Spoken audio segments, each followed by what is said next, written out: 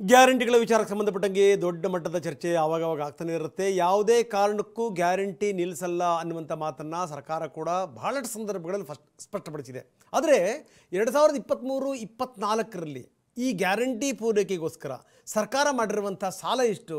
63,000 ಕೋಟಿ, ಬರೋಬ್ಬರಿ 63,000 ಕೋಟಿ ರೂಪಾಯಿ ಸಾಲ. CAG ರಿಪೋರ್ಟ್ ಇದನ್ನು ತುಂಬ ಸ್ಪಷ್ಟವಾಗಿ ಹೇಳಿದೆ. ಅಷ್ಟೇ ಅಲ್ಲ, ಮುಂದಿನ ದಿನಗಳಲ್ಲಿ ಈ ಗ್ಯಾರಂಟಿ ಯೋಜನೆ ಅನ್ನುವಂಥದ್ದು ರಾಜ್ಯದ ಅಭಿವೃದ್ಧಿಗೆ ಮಾರಕ ಆಗಬಹುದು ಅನ್ನುವಂಥ ಸಂದೇಶವನ್ನು ಕೂಡ ಕೊಟ್ಟಿದೆ. ಏನಿದು ಕತೆ ನೋಡಿ.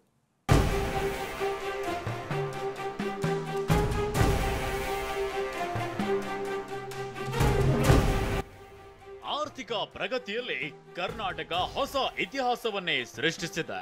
ಕಳೆದ ಆರ್ಥಿಕ ವರ್ಷ ಅಂದ್ರೆ 2024-25ನೇ ಸಾಲಿನಲ್ಲಿ ಎಲ್ಲಾ ರಾಜ್ಯಗಳನ್ನ ಹಿಂದಿಕ್ಕಿ ಕರ್ನಾಟಕ ಇಡೀ ದೇಶದಲ್ಲಿಯೇ ನಂಬರ್ 1 ರಾಜ್ಯವಾಗಿ ಹೊರಹೊಮ್ಮಿದೆ.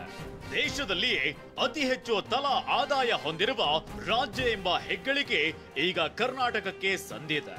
ಇದರ ನಡುವೆ ಪಂಚ ಗ್ಯಾರಂಟಿಗಳಿಂದಾಗಿ ಸಿದ್ದರಾಮಯ್ಯ ಸರ್ಕಾರ ಸಾಲದ ಸುಳಿಗೆ ಸಿಲುಕಿದೆ.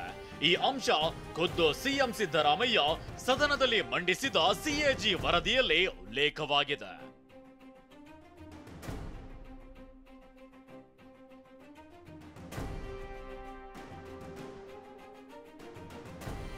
ಸದನದಲ್ಲಿ CAG ವರದಿ ಮಂಡಿಸಿದ ಸಿಎಂ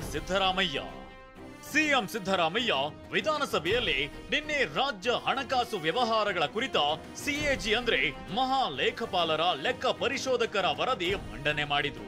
ವರದಿಯಲ್ಲಿ 2023-24ನೇ ಸಾಲಿನಲ್ಲಿ ಸರ್ಕಾರದ ವೆಚ್ಚ, ಹಣಕಾಸು ನಿರ್ವಹಣೆ, ಬಜೆಟ್ಗೆ ಸಂಬಂಧಿಸಿದ ವಿವರಗಳನ್ನ ಉಲ್ಲೇಖಿಸಲಾಗಿದ್ದು, ಪಂಚ ಗ್ಯಾರಂಟಿಗಳಿಗಾಗಿ 2023-24ನೇ ಸಾಲಿನಲ್ಲಿ ಸಂಪನ್ಮೂಲ ಒದಗಿಸಲು ರಾಜ್ಯ ಸರ್ಕಾರ 63,000 ಕೋಟಿ ರೂಪಾಯಿ ನಿವ್ವಳ ಮಾರುಕಟ್ಟೆ ಸಾಲ ಮಾಡಿರುವುದಾಗಿ ವರದಿಯಲ್ಲಿ ತಿಳಿಸಿದೆ.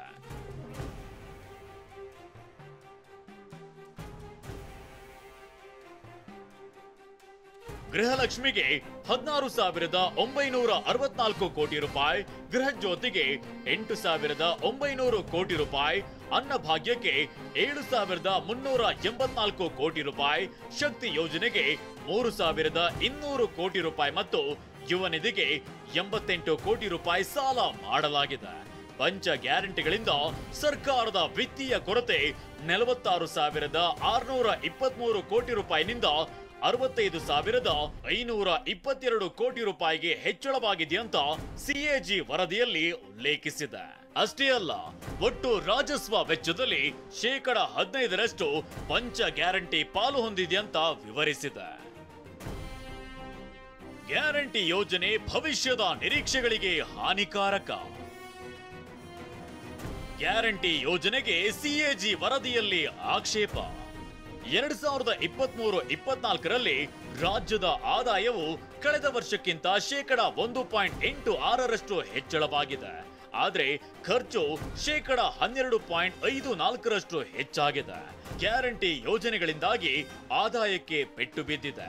ಹಾಗಾಗಿ ಗ್ಯಾರಂಟಿ ಯೋಜನೆಗೆ CAG ವರದಿಯಲ್ಲಿ ಆಕ್ಷೇಪ ವ್ಯಕ್ತವಾಗಿದ್ದು, ಭವಿಷ್ಯದ ನಿರೀಕ್ಷೆಗಳಿಗೆ ಹಾನಿಕಾರಕ ಅಂತ ಉಲ್ಲೇಖಿಸಲಾಗಿದೆ. ಸುನೀಲ್, TV9 ಬೆಂಗಳೂರು. ಬರೀ ನಮ್ಮ ಪ್ರತಿನಿಧಿ ಸುನಿಲ್ ಈಗ ನಮ್ಮೊಂದಿಗೆ ನೇರ ಸಂಪರ್ಕದಲ್ಲಿದ್ದಾರೆ. ಸುನಿಲ್, 23-24ರಲ್ಲಿ 63,000 ಕೋಟಿ ರೂಪಾಯಿ ಸಾಲ. CAG ವರದಿ ಇದನ್ನು ತುಂಬ ಸ್ಪಷ್ಟವಾಗಿ ಹೇಳಿದೆ. ಮುಖ್ಯಮಂತ್ರಿಗಳು ಇದನ್ನು ಮಂಡಿಸಿದ್ದಾರೆ, ನಂಬರ್ 1. ಜೊತೆಗೇನು ಅಂದರೆ ಮುಂದಿನ ದಿನಗಳಲ್ಲಿ ಇದೇ ರೀತಿ ಮುಂದುವರೆದರೆ ರಾಜ್ಯದ ಅಭಿವೃದ್ಧಿಗೂ ಕೂಡ ಇದು ಕಂಟಕ ಅನ್ನುವಂಥದ್ದು. ಹಾಗಾದರೆ ಮುಂದೇನು ರಾಜ್ಯದ ಹೆಜ್ಜೆ ಏನು?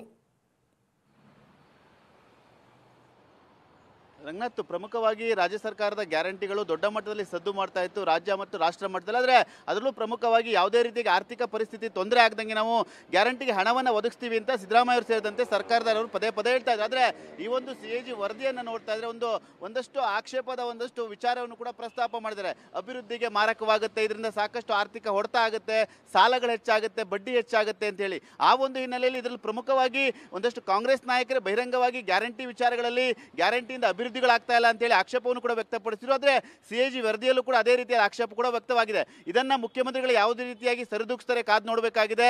ಯಾಕೆಂದ್ರೆ ಒಂದಷ್ಟು ಏನಾದರೂ ಮಾಡಿಫೈ ಮಾಡ್ತಾರಾ, ಒಂದಷ್ಟು ಏನಾದ್ರು ಬೇರೆ ಬೇರೆ ರೀತಿಯ ಒಂದಷ್ಟು ಗ್ಯಾರಂಟಿಗಳಲ್ಲಿ ಮಾಡಿಫೈ ಏನಾದ್ರು ಮಾಡ್ತಾರಾ, ಒಂದಷ್ಟು ನಿರ್ಬಂಧಗಳನ್ನ ಹೇಳ್ತಾರಾ ಅಂತ ಕಾದು ನೋಡಬೇಕಾಗಿದೆ. ಯಾಕೆಂದ್ರೆ CAG ವರದಿಯಲ್ಲಿ ಪ್ರಮುಖವಾಗಿ ಒಂದಷ್ಟು ಅಭಿವೃದ್ಧಿಗೆ ಮಾರಕ ಅನ್ನೋ ಒಂದು ಪ್ರಮುಖ ಅಂಶಗಳನ್ನ ಉಲ್ಲೇಖ ಮಾಡಿದರೆ, ಹಾಗಾಗಿ ಇದನ್ನ ಮುಖ್ಯಮಂತ್ರಿಗಳು ಯಾವ ರೀತಿಯಾಗಿ ಸರಿದೂಗಿಸ್ತಾರೆ ಕಾದು ನೋಡಬೇಕಾಗಿದೆ. ಮತ್ತೊಂದೆಡೆ ಸದನ ನಡೀತಿರುವ ಹಿನ್ನೆಲೆಯಲ್ಲಿ ವರದಿ ಬಂದಿದೆಯಲ್ಲ, ಆ ಒಂದು ಹಿನ್ನೆಲೆಯಲ್ಲಿ ಒಂದು ವಿಪಕ್ಷಗಳಿಗೆ ಇದು ಕೂಡ ಒಂದು ರೀತಿ ಅಸ್ತ್ರವಾಗಿ ಪರಿಣಮಿಸುತ್ತಿದೆ. ಮುಖ್ಯಮಂತ್ರಿಗಳು ಇದನ್ನ ಯಾವ ರೀತಿಯಾಗಿ ಬ್ಯಾಲೆನ್ಸ್ ಮಾಡ್ತಾರೆ, ಸರ್ಕಾರ ಇದನ್ನ ಯಾವ ರೀತಿಯಾಗಿ ನೋಡುತ್ತೆ ಅಂತೇಳಿ ಕಾದು ನೋಡಬೇಕಾಗಿರುವಂಥದ್ದು ರಂಗನಾಥ್.